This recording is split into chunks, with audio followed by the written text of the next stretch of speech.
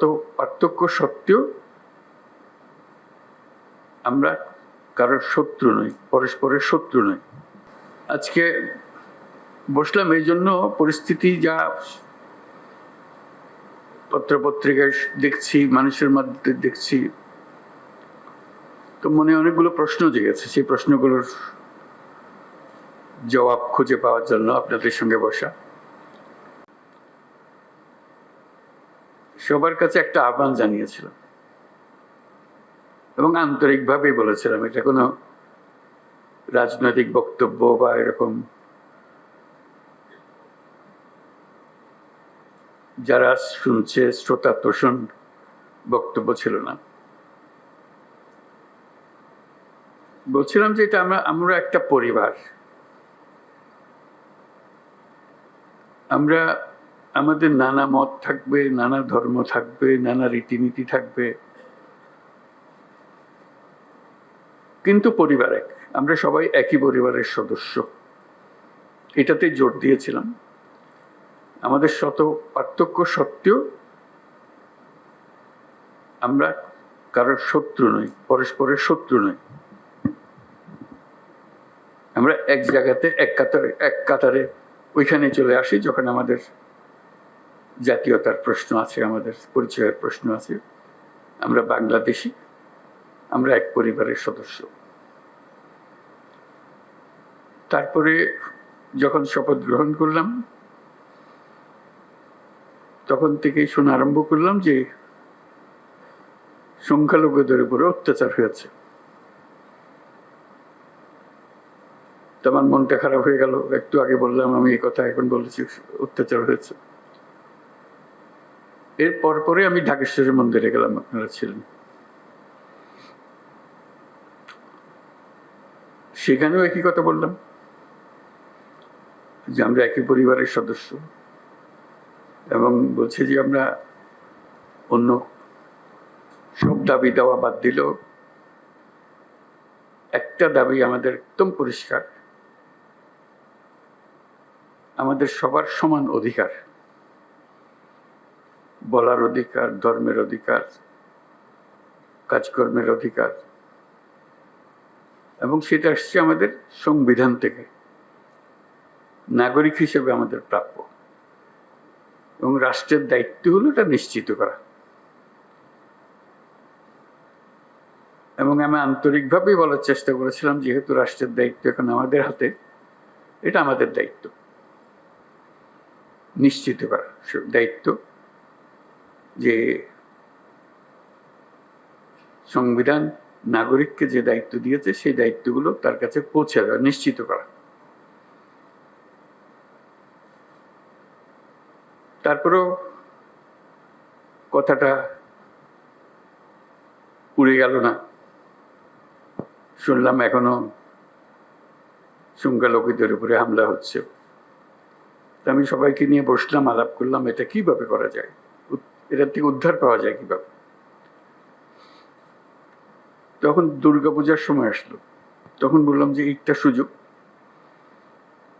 কারণ এখানে একটা বড় সমস্যা হইতে পারে, যেহেতু এটা পূজার ব্যাপার, আনন্দের ব্যাপার, উৎসবের ব্যাপার, এখানে হামলা হওয়ার সম্ভাবনা আছে। আমাদেরকে নিশ্চিত হতে হবে যে হিন্দু সম্প্রদায়ের উপরে কোনো রকমের হামলা যেন না হয়। আমি খুব খুশি হলাম, সবাই তা খুব সিরিয়াসলি নিল। আপনাদের মনে আছে, খুব উৎসব সহকারে সবাই দুর্গাপূজা করলো। কয়েক হাজার পূজা মণ্ডপ ছিল, সবকিছু খবর হলো সুন্দর হয়েছে। তাঁতিবাজারে একটা ঘটনা হয়েছিল, একটা ককটেল ফাটিয়েছিল, একজন ফাটায়নি, ককটেল মেরেছিল, এটি একমাত্র খবর ছিল। তবু আনন্দিত হয়েছিলাম, নিশ্চিত হয়েছিলাম এই জন্য যে আমরা সবাই একযোগে, এবং সেখানে সবাই যোগদান করেছে। এটা শুধু হিন্দু সম্প্রদায়ের উৎসবের বিষয় ছিল না, এটা পুরা জাতীয় উৎসবে পরিণত হয়েছিল। সবাই উৎসব করেছে, ছেলে মেয়েরা গেছে, বুড়া বুড়িরা গেছে, মুসল্লিরা গেছে, মৌলানারা গেছে, সবাই গেছে, আনন্দ সহকারে করেছে। তারপরে মনে একটু তৃপ্তি পেলাম যে না, একটু তো কাজ করেছি। এখন আবার নতুন কথা, হামলা হচ্ছে, অত্যাচারিত হচ্ছে, এবং বিদেশি গণমাধ্যমে না, এটা প্রচার মাধ্যমে বলবো, প্রচার মাধ্যমে প্রচারিত হচ্ছে যে এটা হচ্ছে। তা আমি খোঁজ নিচ্ছি যে কেন হচ্ছে, কি হচ্ছে, সব দিক থেকে খবর না হচ্ছে না। ওই যে এক খবর হলো হচ্ছে, আর খবর হলো হচ্ছে না, মাঝখানে একটা ফাঁক থেকে যাচ্ছে, এটা ঠিক না। এটার অবসান হতে হবে। আমাদেরকে যে তথ্য আমরা পাচ্ছি সেই তথ্য ভুল হতে পারে, কাজে তথ্যের উপরে ভরসা করে বসে থাকলে কিছু নাই, এটা অন্ধের মতো বসে থাকার মতো। আমাদেরকে ভেতরে গিয়ে দেখতে হবে প্রকৃত ঘটনাটাকে। তথ্যের মধ্যে গরমিল কেন? তা কি ওরা যা বলছে সেটা মিথ্যা প্রচার, না আমরা যা বলছি সেটা মিথ্যা প্রচার? সত্যটা কোথায়? এই সত্য, প্রথম কথা হলো আমাদের লক্ষ্যের মধ্যে কোনো ফারাক নেই, কোনো গোলমাল নাই, এটা আপনাদেরকে নিশ্চিত করা।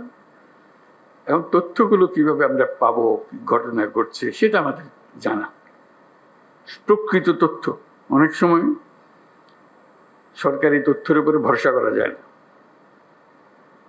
কর্তা যা চায় সেভাবেই বলে দেয়, আসলটা মন খুলে বলতে চায় না, তো যেহেতু কর্তা নারাজ হবে তাতে।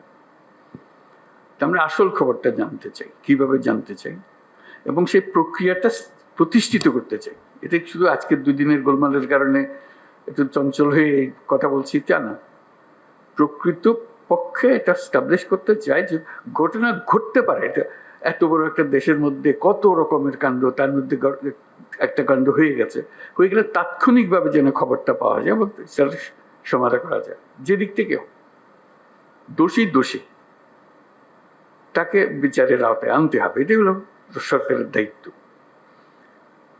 প্রথম কথা হলো যে এটা না হওয়াটা পরিবেশ সৃষ্টি করা, একটা যদি হয়ে যায় তাকে তাৎক্ষণিকভাবে সেটার প্রতিকারের ব্যবস্থা করা, এটাই হলো বিষয়।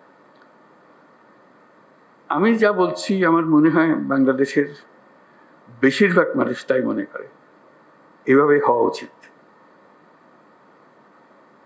যে আমরা যেহেতু এক পরিবারের মানুষ, কাজে এক পরিবারের মানুষ হিসেবে আমাদের সামগ্রিক দায়িত্বটা যেন আমরা পালন করতে পারি, সেই পারিবারিক দায়িত্বটা আমরা যেন সম্পন্ন করতে পারি।